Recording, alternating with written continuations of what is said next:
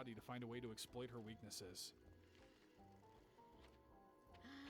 Oh, DoorDash, that's it? So Lois becomes a driver and drives around for days? Weeks? I don't even know if Lois knows since she's so blinded by vengeance. But after enough time, she gets the opportunity to deliver to Dottie. Lois? What are you doing here? I brought you dinner. Which means now the review is on the other foot. Look, that made sense to me and I'm sticking to it. Wouldn't it be a shame if one of only 2 DoorDash drivers on the island gave you a poor review? Have you seen her house? She'd rather die than go out to get her own food. So Lois persuades her to change her Airbnb review. Would Host. again. But the damage has been done. Lois's psycho side has fully come out, though maybe it's always been out? I did steal that shampoo. You did. You're damn right I did. But why? Jealousy? Power? The chance to never have to step foot in a Bath & Body Works again? Really, I should be thanking you for reminding me of who I am.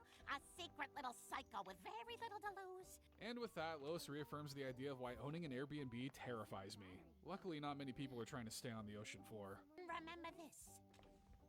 We know where you live. And you should remember that leaving a like is one of the easiest ways to help support the channel if you enjoyed what you saw here today.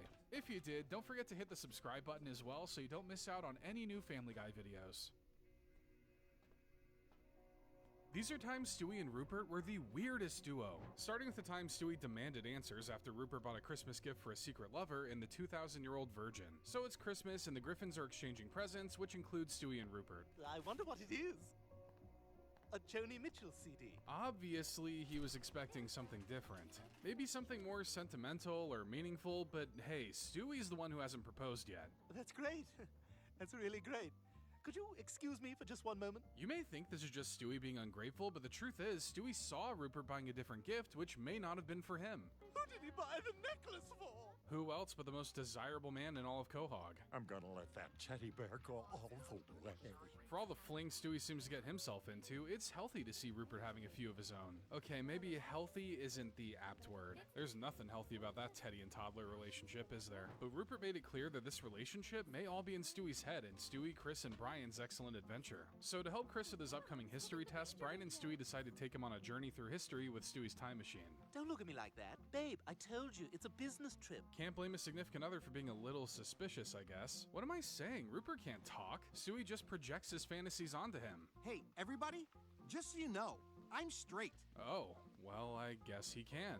So does he just let Stewie string him along in this weird relationship? Is this like Toy Story rules where he can't show Stewie that he's actually alive? Can the rest of those stuffed animals talk? I need answers, damn it! And we got more than just answers when Stewie's unhealthy relationship with the teen pop star actually led to Rupert getting blown up in Get Stewie. So Stewie flaunts his love for a former Jolly Farm actor who became a raunchy pop star. I've literally never heard you talk about her. Talk about Meeba? I'm always talking about Meeba. I love Meeba. Seriously, Brian, it's been his defining characteristic of the past 20 seasons, don't you remember? Brian, I have followed her whole career ever since we're she was on the our little way pig to who the- went oink oink on Jolly Farm. And like any child too young to be on the internet, Stewie's learning the TikTok dance for a new song. Don't you think that song's a little too dirty for a baby to be singing? Face chair isn't dirty. No, yeah, there's not a single double entendre or dirty metaphor to be found in that title. Brian's just a square who doesn't get the youths of today. I don't think it's healthy for you to attach so much of your personality to a celebrity. You should be thinking for yourself. You're telling me a teenage pop star with hardly any life experience isn't the best person to follow for life advice? Boy, you don't have a clue, do you, Brian? But Stewie tries to turn him around by bringing him to an NEVR concert and even posts a celebratory tweet while he's there. Oink oink, my favorite pig. And just like anything posted on social media, it gets hugely blown out of proportion. To be fair, calling a woman a pig even with context doesn't look great.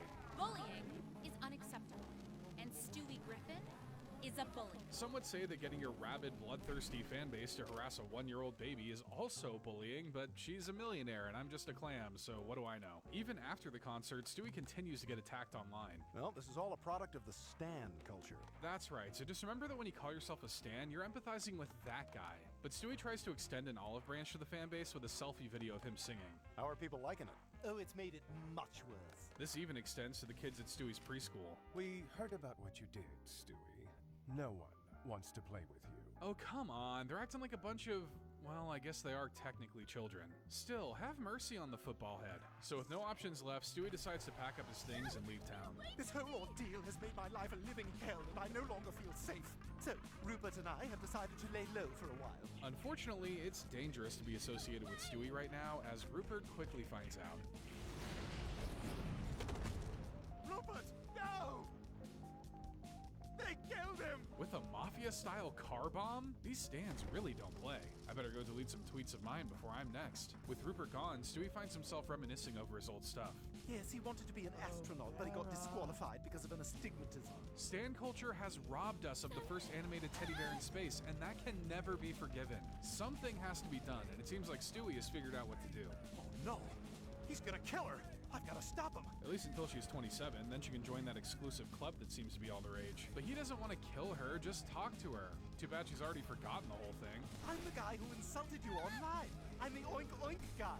Wasn't that like 12,000 TikToks ago? You may think that sounds dumb, but TikTok is the sound that clocks make and clocks tell time, so checkmate, boomers. But even if Stewie doesn't find the closure he's looking for, Brian still knows how to fix things. I have someone I want you to meet. Rupert!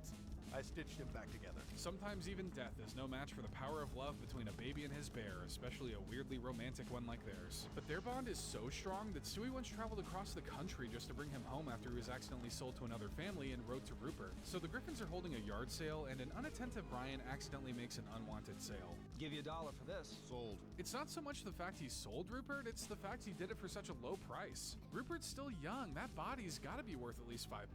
What if he's been kidnapped? Well, let's just calm down. I've got to save him, Brian. Without admitting to his guilt, Brian decides to take Stewie to pick out a new stuffed friend. Hey, this one's cute, huh?